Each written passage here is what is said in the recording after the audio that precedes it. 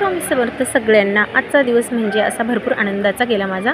तर बघा मी इथे लग्नाला आलेली, तर बघा छानपैकी मस्तपैकी असे जेवण केले आणि आता साक्षात शिव पार्वती असं जोड्यांचं इथं आगमन होते बघा। तर एन्जॉय मोमेंट।